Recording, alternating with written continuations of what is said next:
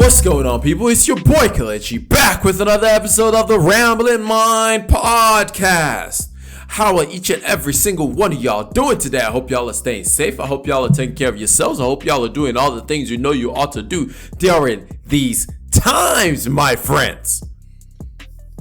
I am very excited. As you can see, I'm wearing an Atlanta United jersey. I just got home from the Atlanta United game and they actually won tonight. It won 3-1, beating DC United. It was a great game. It was very enjoyable. Today was just a full day of soccer. It was like I literally was living my rich life today. I woke up this morning. My siblings, my parents, and my sister came to Atlanta. They spent the night. Then I went to play. I couldn't play, but I went to referee soccer game and field manager soccer game. I was outside most of the morning. It was great.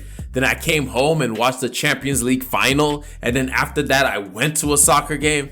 Man, today was just a full, nice break of a day for me. It's one of those days I really, really look forward to. I love my Saturdays because Saturdays, all I want to do is play soccer, ref soccer, and then do nothing the rest of the day if it doesn't have anything to do with soccer. So today was just one of those days. It was a blissful day. It was a very blissful day. I went to the soccer game with some friends and it was just wonderful. I just really, really enjoyed it. I hope everyone gets to have days like these where it's just you do all the things you love to do, where you just enjoy your day to the fullest degree.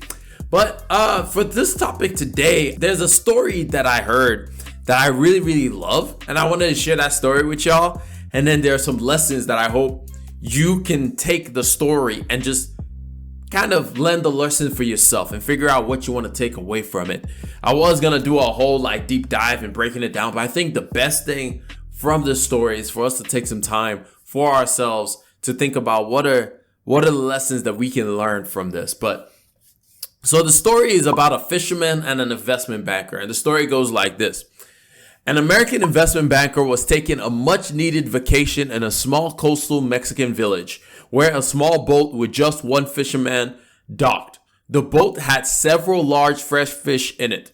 The investment banker was impressed by the quality of the fish and asked the Mexican how long it took to catch them.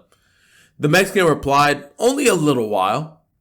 The banker then asked why he didn't stay out longer and catch more fish. The Mexican fisherman replied he had enough to support his family's immediate needs. The American then asked, "But what do you do with the rest of your time?" The Mexican fisherman replied, "I sleep late, fish a little, play with my children, take siesta with my wife, stroll into the village each evening where I sip wine, play the guitar with my amigos. I have a full and busy life, senor." The investment banker scoffed. "I am an Ivy League MBA and I could help you. You could spend more time fishing and with the proceeds buy a bigger boat, and with the proceeds from the bigger boat, you could buy several boats until eventually you would have a whole fleet of fishing boats. Instead of selling your catch to the middleman, you could sell directly to the processor. Eventually, opening your own cannery, you could control the product, processing, and distribution." Then he added, "Of course, you would need to leave this small coastal fishing village and move to Mexico City, where you would run your growing enterprise." The Mexican fisherman asked, "But senor, how long will this all take?" To which the American replied, 15 to 20 years. And then the Mexican said, "But what then?" The American laughed and said, "That's the best part. When the time is right, you would announce an IPO and sell your company stock to the public and become very rich. You could make millions." And he said, the Mexican answered and said, "Millions, senor? Then what?" The banker replied, "Then you would retire. You could move to a small coastal fishing village where you would sleep late, fish a little, play with your kids, take siesta with your wife, stroll to the village in the evenings where you could sip wine and play your guitar with your amigos."